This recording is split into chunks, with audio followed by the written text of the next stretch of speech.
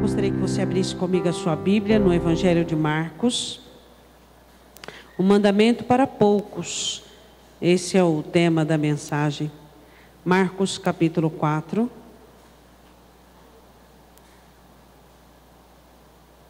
Capítulo 6. Marcos capítulo 6.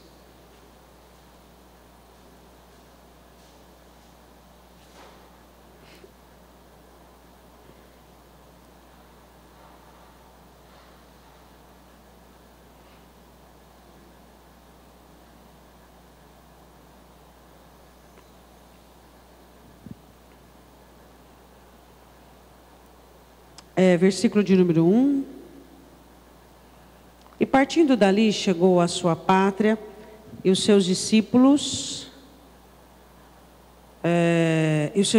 o seguiram. E chegando o sábado, começou a ensinar na sinagoga, e muitos ouvindo se admiravam, dizendo: de onde lhe vêm estas coisas? E que sabedoria é esta que lhe foi dada? Como se fazem tais maravilhas por suas mãos? Não é este o carpinteiro, filho de Maria, irmão de Tiago, de José, e de Judas, e de Simão? E não estão aqui conosco suas irmãs? E escandalizavam-se nele. E Jesus lhe dizia: não há profeta sem honra, senão na sua pátria, entre os seus parentes e na sua casa. E não podia fazer ali nenhuma obra maravilhosa. Somente curou alguns poucos enfermos, impondo-lhe as mãos. E estava admirado da incredulidade deles, e percorreu as aldeias vizinhas ensinando. Eu queria que você se assentasse e que você fechasse os olhos um momento. Eu sei que poucas vezes você vai analisar a admiração do Senhor Jesus pela incredulidade deles. Mas eu gostaria que você fechasse os seus olhos e que você pudesse entender o seguinte, pensar em algo neste momento. Eu queria que você pensasse sobre a sua fé em Jesus. Se a sua fé em Jesus tem sido suficiente para você abandonar tudo, negar a tudo, renunciar a tudo, mudar de vida. Tivemos aí alguns dias de campanha, onde nos foi proposta várias atitudes. Eu queria que você indagasse sobre a disposição do seu coração. Se realmente o seu querer por Jesus Cristo é um querer nato, é uma necessidade que você não vive sem, ou como alguns apenas uma curiosidade, como outros uma necessidade momentânea. Jesus, nós te pedimos que queremos de maneira nenhuma causar espanto da tua parte para conosco, ao observar o nosso desamor, a nossa ingratidão, a nossa incredulidade. Ó Deus, nós queremos realmente que possamos atrair os céus pela nossa fé, pelo nosso desejo profundo em te buscarmos, em te querermos e em trazermos o Senhor para a nossa vida. Os próprios parentes, amigos, pessoas da própria terra, da própria pátria te rejeitaram. E às vezes eu fico pensando que às vezes o Senhor se torna alguém tão comum para alguns, que eles começam a rejeitar-te. São firmados na religião e rejeitam o Senhor. Então eu te peço, Pai, em nome de Jesus, que nós não caiamos em tal pecado, mas que o Senhor seja sempre a única pessoa que nos importa, de tal maneira que sejamos capazes a mudar tudo em nós por tua causa, em nome de Jesus.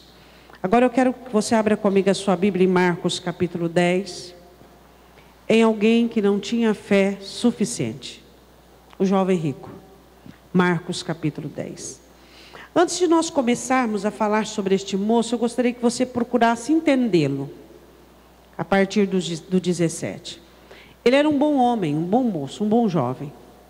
Só que ele era alguém que o querer dele por Jesus, curiosidade, ou uma necessidade momentânea, mas ele não estava disposto a fazer o sacrifício necessário para ter Jesus Cristo.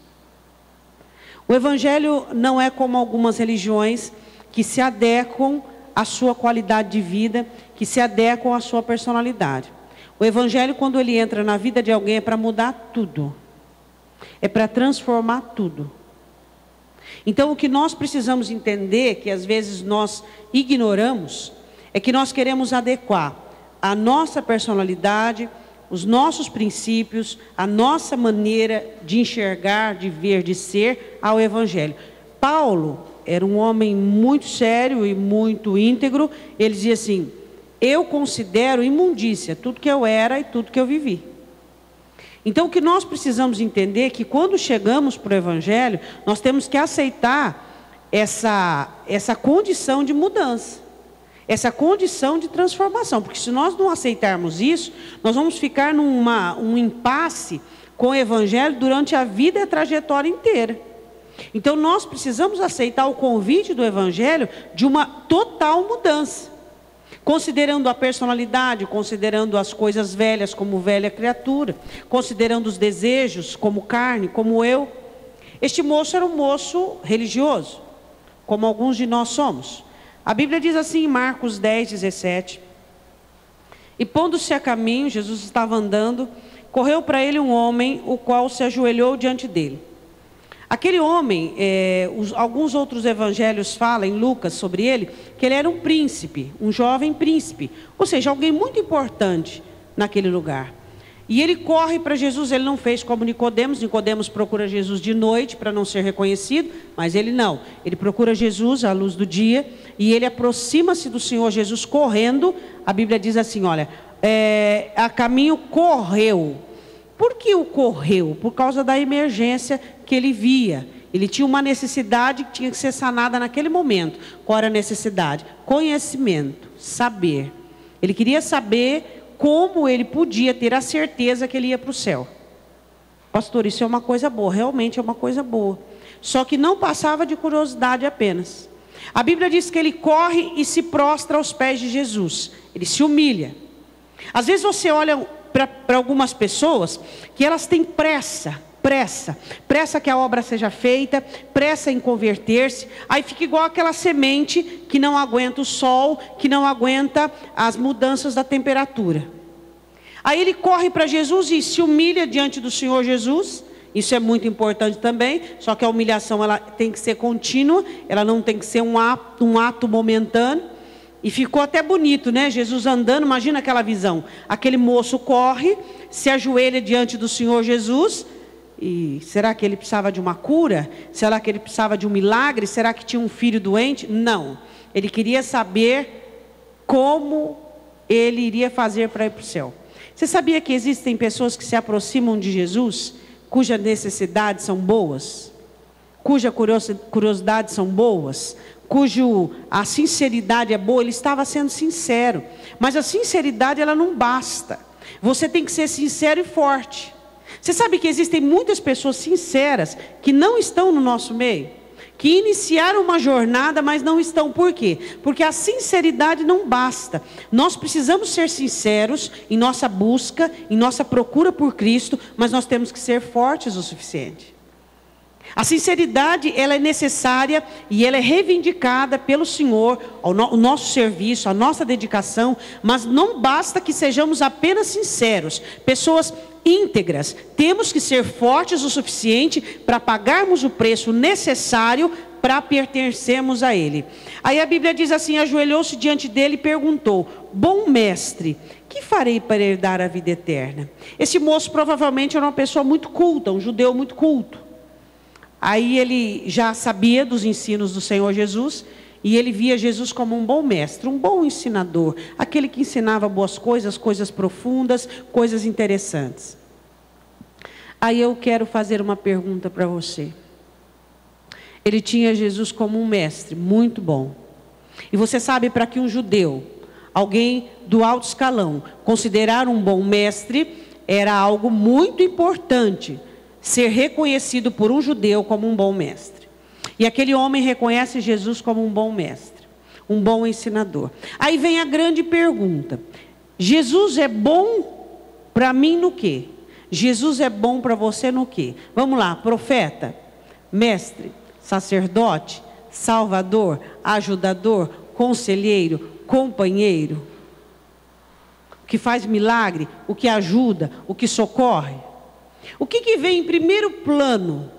Quando você fala que Jesus é bom, qual vem a primeira obra que você distingue em dizendo bom? Bom o quê?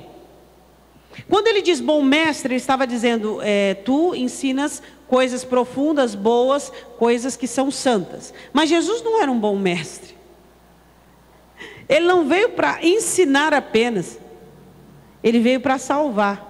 Quando aquele moço diz bom mestre, ele deu-se a entender no que estava caracterizada a vida dele, em conhecimento só.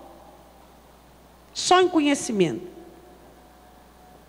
Ele queria conhecer um pouco mais, achando que um pouco mais de conhecimento ia dar-lhe condições de entrar no céu. É o que muitos de nós fazemos. Às vezes nós achando, se eu conhecer, que tal mudarmos a situação? Se eu praticar um pouco mais do que eu sei. Se eu praticar um pouco mais do que eu sei, será que a minha vida não vai começar a mudar? Às vezes você olha para alguns crentes, eles têm uma impetuosidade dentro de si, e eles começam a distorcer as coisas para eles mesmos. Às vezes você acha assim, mas se eu fizer um pouco mais disso, se eu mudar um pouco mais naquilo, se eu melhorar como amigo, se eu melhorar como irmão, se eu acrescentar um pouquinho de bondade nas minhas ações, se eu acrescentar um pouquinho de humildade, eu acho que eu vou. Você não vai para lugar nenhum. Por quê?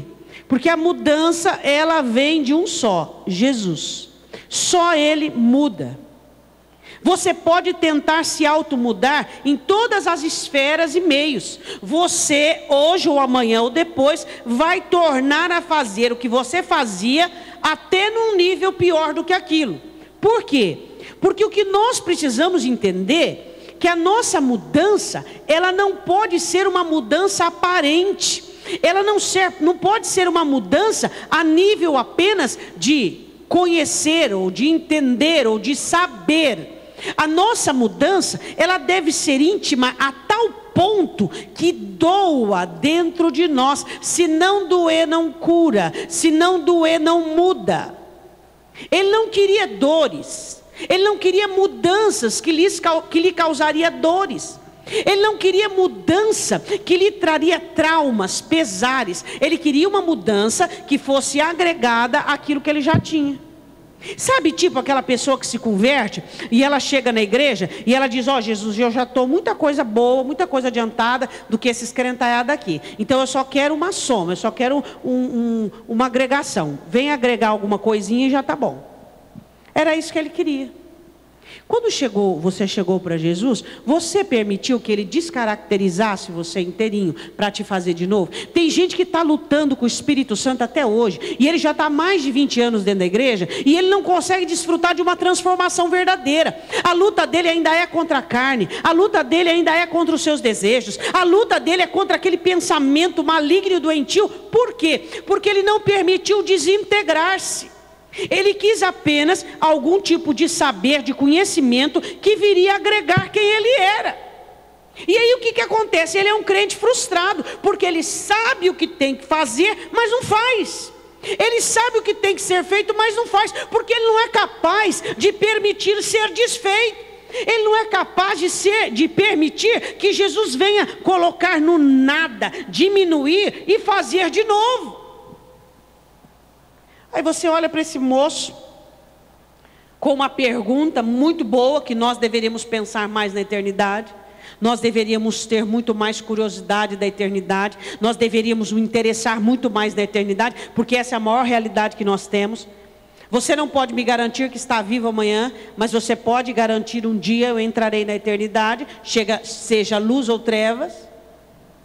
E a Bíblia diz assim, ele diz, bom mestre, o que eu faço para herdar a vida eterna? O que ele queria? Um pouco mais de conhecimento. Algo que viesse agregar aquilo que ele já possuía. Jesus veio mudar tudo na sua vida. Tudo. Mas eu sou bom, pastor. É nada. Nenhum de nós somos bons. Mas você não é nada. Nada, nós não somos nada. Nada. Todos os dias nós estamos diante dele para sermos desfeitos. Todos os dias nós somos como um vaso na mão do oleiro. E se ele disser, posso fazer de novo? Você diz sim, pode, Jesus. Todos os dias tem que partir de nós, ajoelharmos diante dele e orar como o salmista orou no Salmo 139, Senhor, olha para mim e vê se existe coisas que te desagradam, muda, transforma, porque eu preciso da tua mão agora, eu não preciso da tua obra que foi, eu preciso da tua obra no presente e não no passado. Eu preciso que o Senhor me mude. Eu preciso que o Senhor descaracterize a minha humanidade de tal maneira que eu possa dizer como João Batista, que eu diminua e que tu cresças em mim. Quantos nós somos como esse jovem rico? Somos ricos, ricos de graça, ricos de perdão, ricos de favores de Deus, ricos de amigos na congregação, ricos de bênçãos. Somos ricos e abençoadíssimos por Deus. E às vezes nós chegamos para Jesus nos cultos dizendo, Jesus, eu vim agregar, eu vim somar, eu estou aqui para somar. Jesus diz, mas eu estou aqui para diminuir, eu estou aqui para subtrair. Quantas vezes nós chegamos para Jesus dizendo, Senhor, eu vim aqui para somar. E o Espírito Santo, pois é, eu fui mandado para diminuir. O seu eu, o seu ego, a sua soberba, a sua arrogância, todas as características da qual você se pauta, você se respalda. Quantos de nós somos ricos? Estamos numa situação confortável, emocionalmente, espiritualmente, seguros de nós mesmos. Esse rapaz veio para Jesus seguro de si mesmo. Olha para Jesus não como um salvador, porque se ele fala do assunto vida eterna, ele tinha que caracterizar Jesus como salvador, mas ele caracteriza Jesus como um mestre. Porque ele achou que vida eterna era questão de conhecimento, que vida eterna era questão de saber, que vida eterna era questão de religião, de cumprir mandamento. Vida eterna é questão de transformação, de comunhão com Deus, de tal maneira que você venha diminuir-se, que você venha anular a sua vida por amor a Ele, que você venha acabar com seus defeitos de uma vez por outra, para que você permita e deixe, para que você viva uma nova vida. Ele fala sobre vida eterna para o mestre. Jesus é seu Salvador. Ele quer salvar você da sua riqueza. Ele quer salvar você da sua religião. Ele quer salvar você de suas curiosidades. Você já parou para pensar que seu interesse por Jesus pode ser questão de mera curiosidade? Por quê, pastora? Porque quem sabe o que é certo e não pratica é só curioso. Quem conhece o que é certo e pratica é obediente. Quem conhece o que é certo e não pratica é só um curioso. Deixa eu experimentar. Não gostei. Não é assim? O seu interesse por Jesus é só curiosidade? É só saber por saber, porque na força da prática não acontece. Quantos de nós temos vivido assim? Somos curiosos do Evangelho. Queremos saber, mas só que na prática não existe a força para obedecer. Sabemos tudo o que podemos e o que não podemos. Mas por que fazemos o que não podemos? Porque somos meramente curiosos. Temos curiosidade.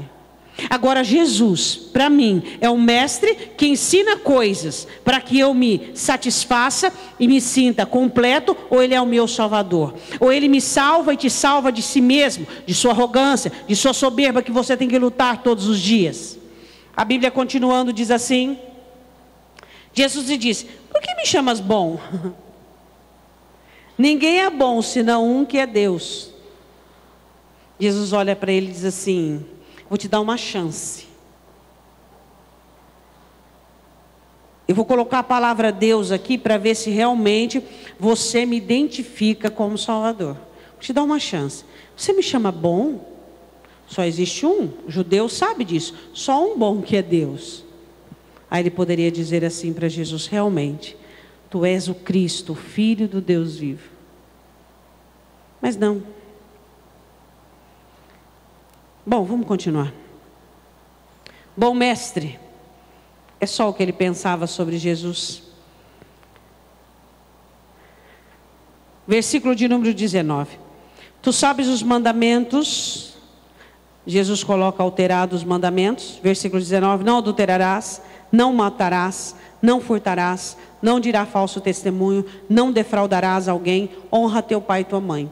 Jesus coloca alguns mandamentos sobre a questão do próximo, alguns cumprimentos dele não fazer ao próximo. Muito bem, ele cumpria. Ele não adulterava, ele não matou, ele não furtava, ele não lograva ninguém, não dizia falso testemunho, ele não roubava, não defraudava, não enganava alguém, ele honrava o pai ou a mãe. Então ele tinha mandamentos dos quais ele observava que ele em si não fazia mal para ninguém. Você faz mal para alguém? Não, pastor, eu não faço mal para ninguém. Mas você faz bem para alguém? Porque existe uma grande diferença em não fazer mal e em fazer bem. Você concorda? Ou não? Esses mandamentos aqui falam de não fazer mal para ninguém. Observa todos eles que Jesus disse. Só que existe uma diferença muito grande de você não fazer mal e fazer bem. Uma coisa é eu não faço mal para ninguém, mas e bem você faz? Você faz bem para alguém? Hã? Ele não matava, não adulterava, não lograva, não defraudava ninguém, não fazia nada. Agora, uma coisa é você não fazer mal, outra coisa é você fazer bem. Ele não fazia mal, mas e fazer bem? Hã? Tá, tudo bem. Versículo de número 20. Ele, porém, respondendo, lhe disse: Mestre, tudo isso guardei desde a minha mocidade. Ele era um rapaz que tinha um bom caráter. Ele mantinha todos os relacionamentos com o próximo, sem macular a amizade ou relacionamento com ninguém. Ele era alguém que observava o mandamento e cumpria aqueles mandamentos desde sempre. Mas o que é que ele estava querendo? Ele estava querendo vida. Porque ele era apenas um religioso. Então ele queria mais do que ele tinha. E ele estava diante de quem podia oferecer. Você sempre está diante de quem pode te oferecer mais do que você tem. Mas a questão é o preço a pagar. Existe um preço a pagar de tudo o que você deseja. Mas a questão é se o seu desejo é meramente especulativo, se o seu desejo é meramente curiosidade, se o seu desejo é para suprir necessidades momentâneas. Essa é aquilo que nós temos que responder para nós mesmos. O desejo daquele moço era um desejo profundo, inato? Não.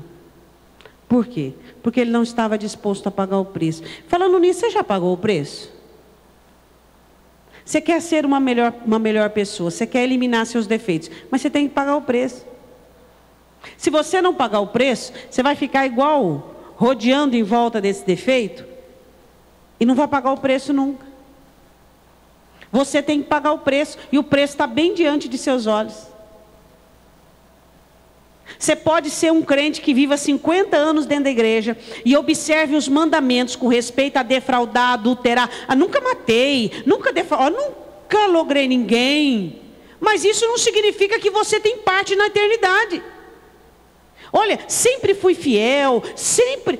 Mas isso não significa. O que é que o Senhor Jesus quer conosco? Uma intimidade.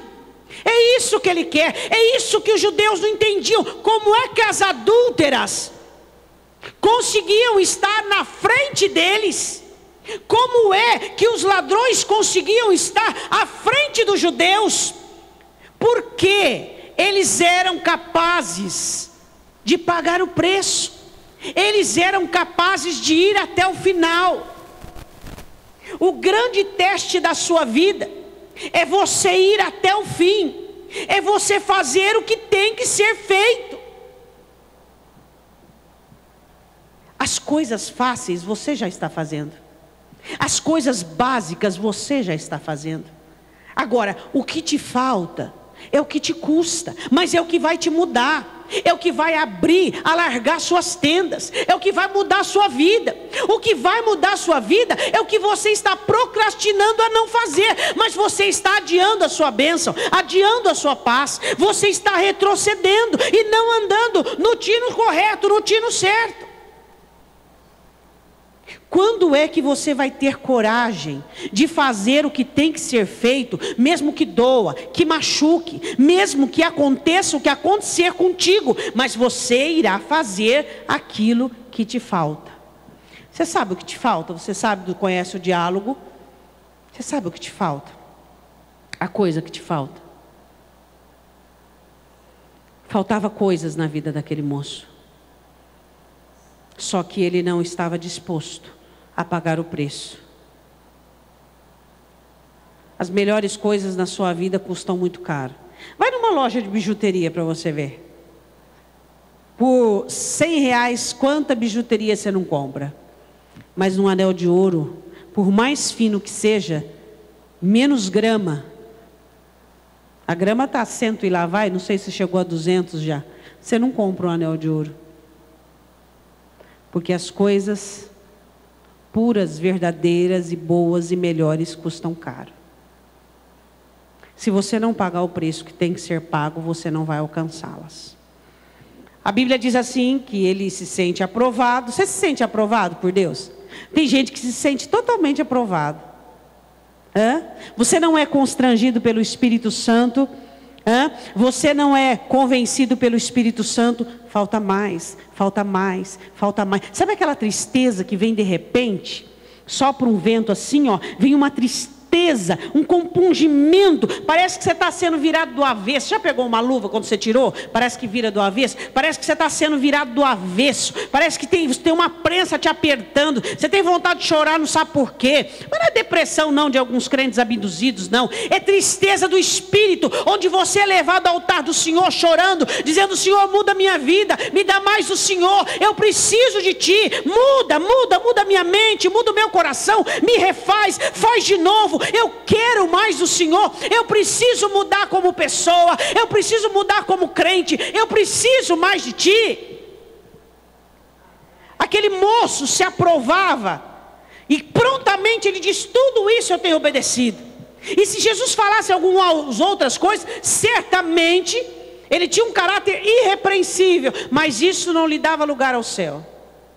Às vezes você olha para as pessoas e fala assim: só falta crer em Jesus, então falta tudo.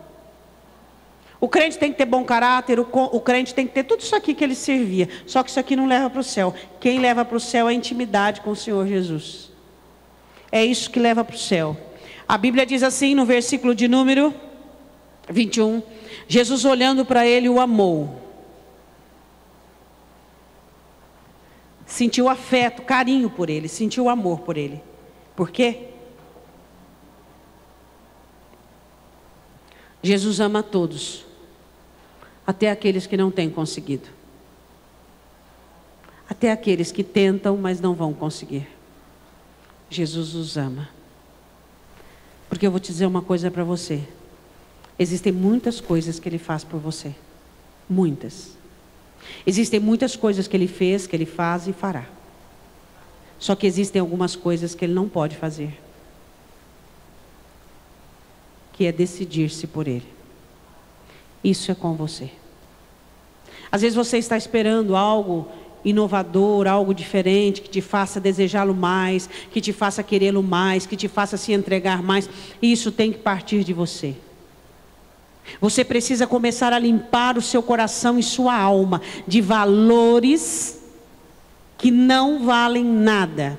Quando a palavra do Senhor diz: bem-aventurados os pobres de espírito, em Mateus, porque deles é o reino dos céus, porque eles são felizes, porque são bem-aventurados. O que são os pobres de espírito?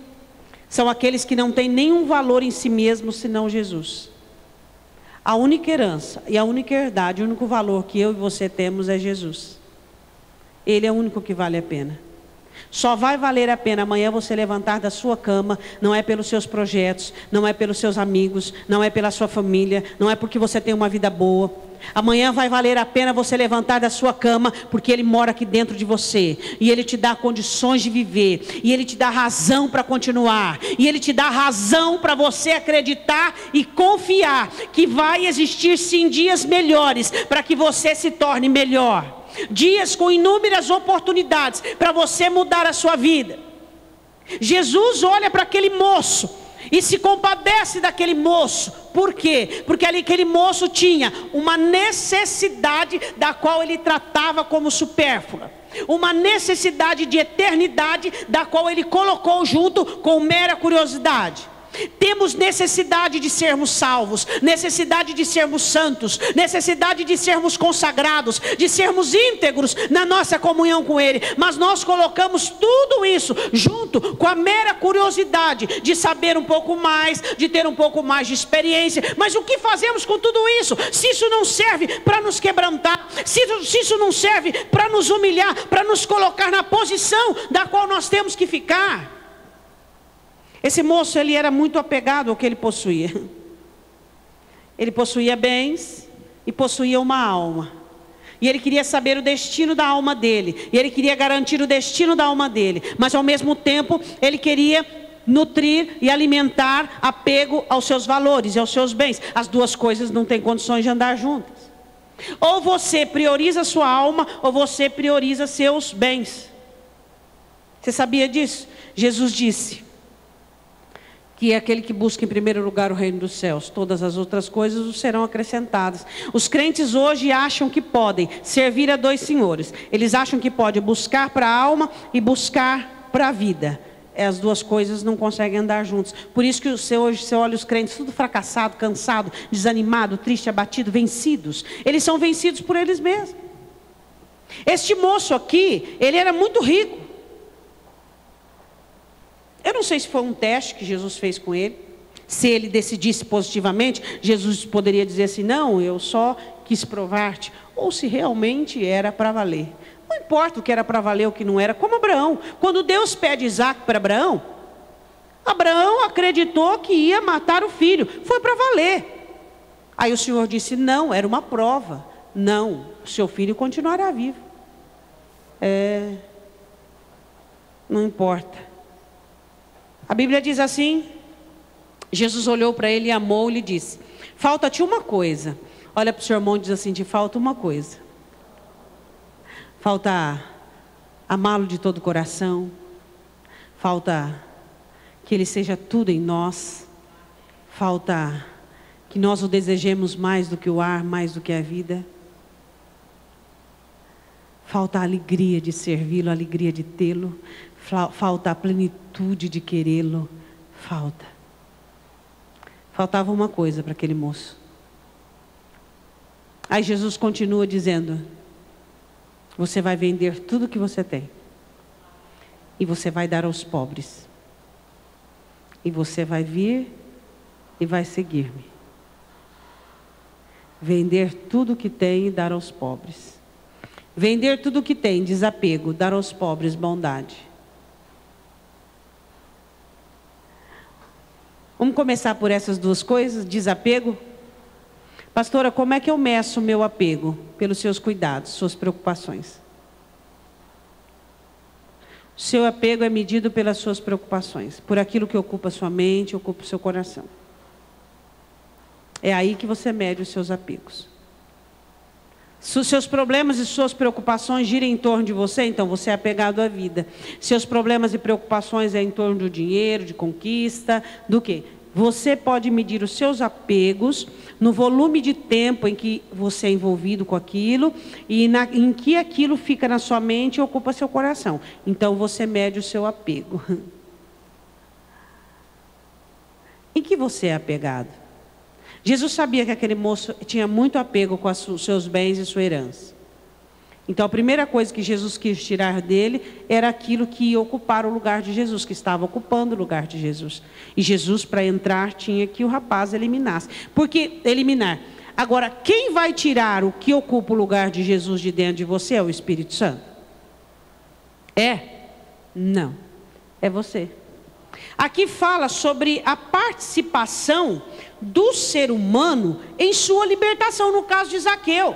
Nós não temos participação na nossa salvação, mas temos na nossa libertação. Conhecereis a verdade vos libertará. Então, no caso de Zaqueu, Zaqueu se prontificou dizendo, não, pera um pouquinho, eu vendo tudo que eu tenho, dou aos pobres, diferente desse moço. Por quê? Porque Zaqueu sabia quem ele queria.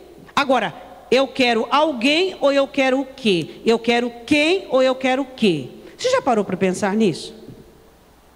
Você quer quem ou você quer o quê? Quem é Jesus, o que são coisas. Aquele moço queria o quê?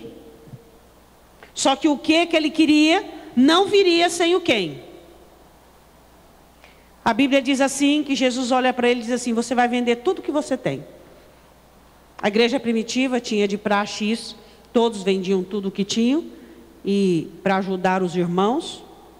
Hoje não daria certo isso, né? O apego aumentou, o amor se esfriou e assim por diante. Falta-te uma coisa, vende tudo que você tem e dá aos pobres. Bondade. Falei um pouquinho sobre desapego e bondade. Você é uma pessoa boa? Eu não falo de bondade apenas de oferecer, de dar, de ser benevolente, mas de ser alguém bom no convívio. E eu sempre estou dizendo isso e dá a impressão que eu fico igual Pedro, né? Batendo na tecla, né? É tão bom viver com pessoas que têm altares, que colocam todas as suas neuras, frustrações e abatimentos nos altares. E quando ela vai relacionar com você, só tem o que é bom. Só tem o que não te faz mal. Só tem o que não te defrauda. Você joga nas pessoas os seus males, seu mau humor, seu nervosismo. Vou dizer uma coisa para você, você não é crente. Você está se enganando. A importância de você ouvir verdade. Uma coisa é você ser religioso, frequentar essa igreja, vir aos cultos, fazer oração. Outra coisa é você ter um altar. Se você faz com que as pessoas sofram os seus males, me desculpe, você não é crente. Nunca ninguém te disse isso. Que você não se converteu ainda. Que quando você tem as suas mazelas, as suas malignidades, você joga nos outros, você está semeando coisas ruins. Você não tem um altar. Se você não tem um altar, você não tem um Cristo, você não tem um Cordeiro. E você precisa entender isso, entender, eu não sou crente, eu sou religioso, eu não sou uma pessoa convertida. Se você não assumir essa verdade, você não vai se converter nunca. Mas aí você diz, meu Deus, mas eu estou 20, 30 anos, não importa quantos anos você está na igreja. A questão é que o Cristo não está em você. Aquele moço, ele queria Jesus, desde que Jesus não pedisse a ele algo que lhe custasse seu apego. Jesus ensina aquele moço, não apenas não fazer mal para o próximo, mas fazer bem. Você às vezes não faz mal para as pessoas, mas também você não faz bem. Como cristãos, nós temos que ser boas pessoas para as pessoas das quais nós convivemos. Ninguém tem que receber o seu mau humor, seu nervosismo, sua velha criatura que não está morta, que está ainda viva, comandando tudo dentro de você. Você precisa se converter já. Isso é algo urgente na sua vida. Porque se você é alguém intragável, você não tem Cristo.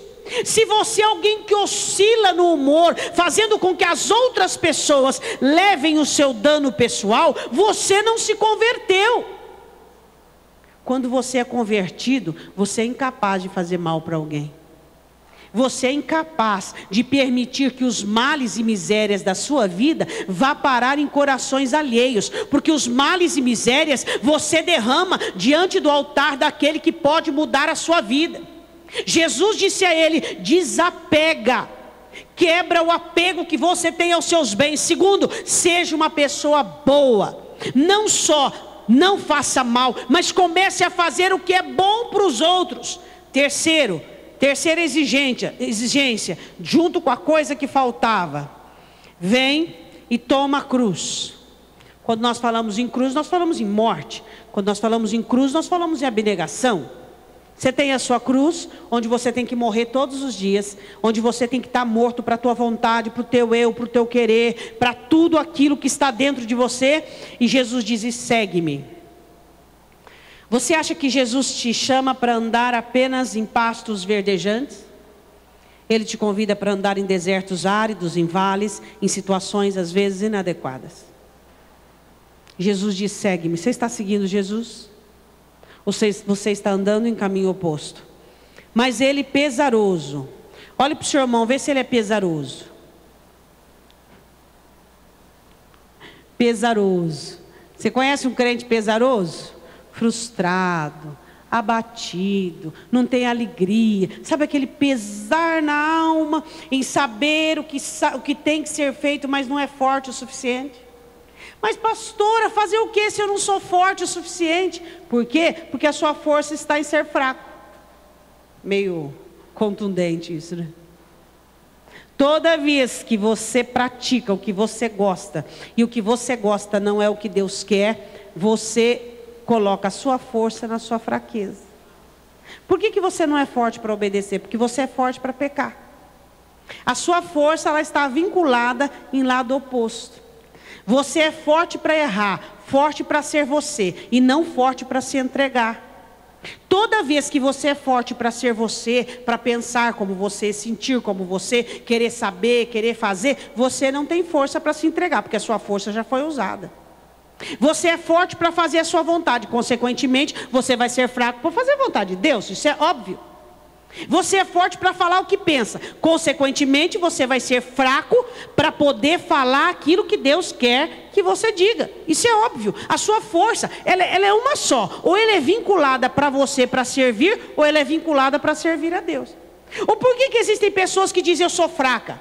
Não é que elas são fracas, é que a força dela existe, só que a força dela foi vinculada para o bel prazer dela, para a bel maneira dela. Aí aquele moço ficou pesaroso, ele não era uma pessoa alegre, não era alguém feliz. Você é feliz como crente? Você é feliz como crente? Alegre, completo, satisfeito. Fora aqueles vales, né? Aqueles oleiros. Mas assim, no restante, você é feliz, completo, inteiro aqui dentro. Porque Jesus mora dentro do teu coração, você sente Ele dentro da sua alma, a companhia dEle, o prazer dEle, a alegria dEle, a pessoa dEle habitando. Aí você é feliz, você é alegre, porque Jesus veio morar no seu coração. Aquele rapaz ficou pesaroso, porque Jesus disse para ele algumas coisas das quais ele não tinha condições de fazer. Não tinha condições? Ou não queria? Queria, mas não podia? O que acontece com aqueles que julgam Jesus a nível de conhecimento, julgam Jesus a nível de religião, julgam Jesus na prática daquilo que dá para fazer? O que dá para fazer? Dá para não adulterar, dá para isso, dá para aquilo, mas e a comunhão? E a intimidade? Não, isso aí já não dá para mim. E a mudança? Não, isso aí já não dá para mim. Mas ele, pesaroso desta palavra, retirou-se triste, porque possuía muitas propriedades. Será que você tem muitas coisas? Não. Eu e você não temos nada. Nem o que tem nada e nem o que tem alguma coisa tem nada, porque nada é nosso. Nós só administramos, somos mordomos. A pessoa que você vive não é sua, por isso que você não pode ter monopólio, você não pode fazer dela o que bem quiser. A vida que você tem não é sua. Onde você mora não é seu. O carro que você anda não é seu. Tudo pertence a Deus. Tudo é pela bondade e benevolência dEle. E não pode ocupar lugar no seu coração essas coisas. Por que o moço não conseguiu obedecer? Porque o coração dele estava cheio. Não podia aceitar um novo mandamento, porque ele já estava ocupado com tudo que ele tinha. Quando você está ocupado com tudo que você tem, não tem espaço para Jesus e nem para aquilo que ele te diz. Você pode vir à igreja todos os dias, o mandamento não vai entrar, porque seu coração já está ocupado. Ele está ocupado com o seu trabalho, com a sua família, com a sua vida. Tudo que Jesus disser vai ser supérfluo, vai ser secundário, não vai entrar. E aí vira aquele crente pesaroso, triste, por quê? Porque está ocupado com tudo, está cheio de tudo, menos de Jesus. Quando você olha para dentro de você, você encontra muitas coisas, ou você encontra apenas alguém? Alguém tão especial, tão afável, tão lindo, tão prazeroso de se conviver com ele, tão gostoso de tê-lo dentro da alma. Você só encontra ele, porque só ele entra. E as outras coisas? As outras coisas são formadas, resultado da inteligência humana. As outras coisas são coisas, apenas coisas, mas Jesus não. Jesus é o presente que Deus me deu, é o presente que Deus te deu. Jesus é aquele que me ensina coisas novas e me ajuda a praticá-las. Jesus é aquele que muda o meu coração, que transforma a minha vida e que me prepara para a eternidade. É o único que pode me garantir a eternidade. Religiões não garantem eternidade. Ser religioso não garante eternidade. Ser crente religioso que olha os mandamentos e observa não garante eternidade. O que garante a eternidade é desapegar, quebrar os apegos, exercer a bondade, carregar a cruz e seguir Jesus. E isso garante a eternidade. Isto é eternidade. Tê-lo dentro do coração de tal forma, de tal maneira, que não tem lugar para mais ninguém e mais nada. E as outras pessoas, você as ama com o amor que vem de Jesus. Um amor abençoado, sem ser egoísta. Um amor que tudo sofre, tudo suporta, tudo crê. Não se ufana, não se ensoberbece, não trata com leviandade. Um amor que não é invejoso. Aí a palavra do Senhor diz assim: ele possuía. Você possui alguma coisa?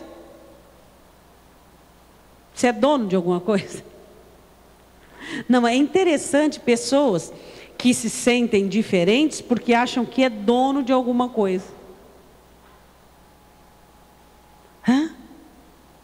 Aí Jesus diz: louco, esta noite pedirão a sua alma. E o que você tem?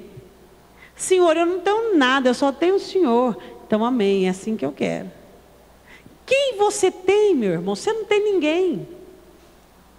Quem você tem, você não tem ninguém. O que você tem, você não possui nada. Nem a sua alma é sua. A alma ou é de Deus ou é do diabo. É isso que nós temos que entender. Você não possui nada. Esvazie de si mesmo. Esvazie de si mesmo. Faz uma faxina no seu coração e diz: Senhor, não haverá no meu coração nada que corresponda a eu ser proprietário de alguma coisa. Nem arrogância, nem presunção, nem soberba, nem certeza, nem segurança, porque eu sou propriedade, não proprietário. Aí Jesus olha e fala a conclusão. Olhando em redor, disse aos discípulos: vocês precisam aprender uma coisa. Ele diz aos discípulos: quão dificilmente entrarão no reino dos céus os que têm riquezas. Por quê? Por causa do apego. Conforme Jesus te abençoa, cuidado para que aquela bênção não leve parte do seu coração, não é mesmo? Um dia você não teve, hoje você tem. Um dia você tem, outro dia você não tem, e assim vai. E aí, qual o problema? Qual a diferença?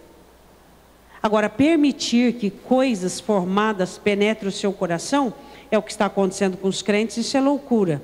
E os discípulos, versículo 24, se admiraram dessas suas palavras. Mas Jesus, tornando a falar, disse: filhos, quão difícil é para os que confiam nas riquezas entrar no reino de Deus.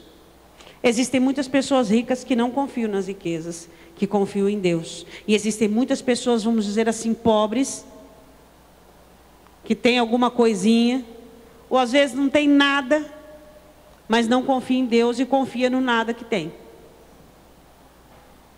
É ou não é? Jesus diz assim: é mais fácil passar um camelo pelo fundo de uma agulha do que entrar um rico no reino dos céus. O camelo, vamos supor que em Jerusalém havia uma porta estreita e baixa, chamada agulha. E o camelo, para ele entrar na porta, ele tinha que tirar a bagagem de cima e ajoelhar.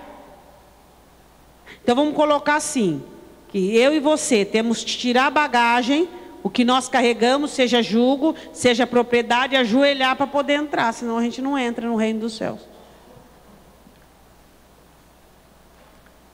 Eu quero o céu, e você? Só que não vale querer duas coisas. Ou você quer o céu e Jesus, ou você quer coisas, bens, materiais, vida própria. As duas coisas você não pode querer nem ter junto. Ou você quer você ou Jesus, ou você quer o céu ou as coisas. O que você fica?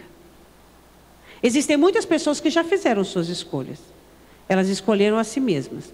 Elas são do jeito que dá para ser, elas querem o que querem e depois Deus vai ver o que faz com elas. É verdade. O título da mensagem é um mandamento para poucos. Qual é o mandamento para poucos? Uma coisa te falta. O que é que está te faltando hoje? Qual é o mandamento que Jesus diz assim para você? Está te faltando isso. O que está te faltando? O que é que está te faltando hoje? Você precisa saber. Eu quero que você feche os seus olhos. Pai, aquele jovem volta para casa pesaroso, mas com todo o seu dinheiro e sua riqueza, abatido e triste por não poder, não querer, não conseguir dar a ti aquilo que lhe foi pedido. Tudo que o Senhor pediu para aquele moço foi o coração dele. Mas o coração dele já tinha dono. O coração dele era do dinheiro, era da riqueza, era da própria vida e da religião.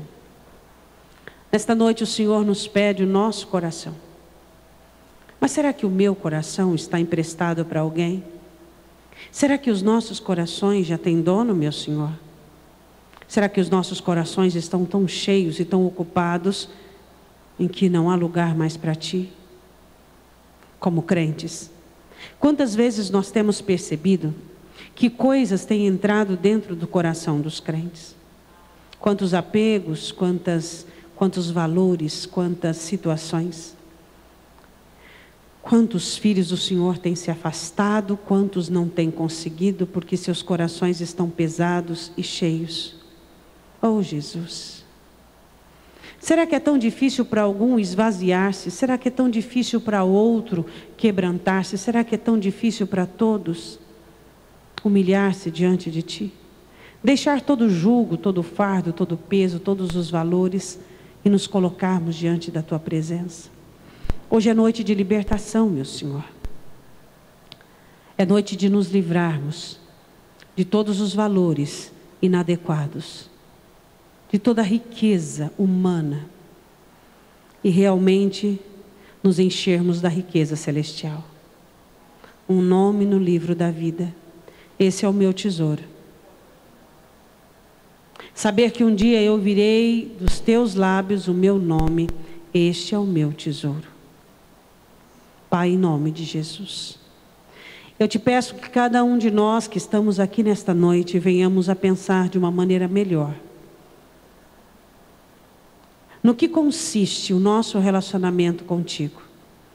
Queremos nos adequar, queremos que o Senhor se adeque, queremos que haja, Senhor, apenas uma agregação, ou será que temos aceitado de uma maneira pura e limpa os seus mandamentos sobre a nossa vida? Qual é a coisa que tem nos faltado, Jesus?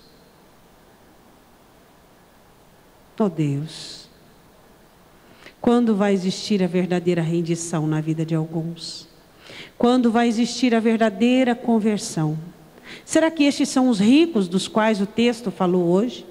Que possuem tantas coisas, são donos da própria vontade, são donos do próprio querer, são donos de sua inteligência, de seu destino, de suas vidas, são tão ricos e são tão pobres aos teus olhos. Oh Jesus, nós queremos não ser donos de nada, nós queremos não ter nada. O único tesouro do qual nós possuímos tem um nome. A única vida que verdadeiramente importa é a vida do Senhor dentro de nós. Que Satanás não venha trazer equívocos, confusões. Que Satanás não venha amarrar, maniatar pessoas, meu Deus, em suas riquezas e em seus valores. Qual é a sua riqueza? Sua posição, seu nome, seu fardo, sua inteligência, seu passado. Qual é a sua riqueza? Sua personalidade, seu querer, sua vontade, suas dores. Você precisa abrir o seu coração para aquele que é o tesouro e a pérola, para aquele que pode libertar você. Você vai ser mais feliz. Não haverá este pesar, não haverá esse sofrimento, não haverá essa angústia dentro de você.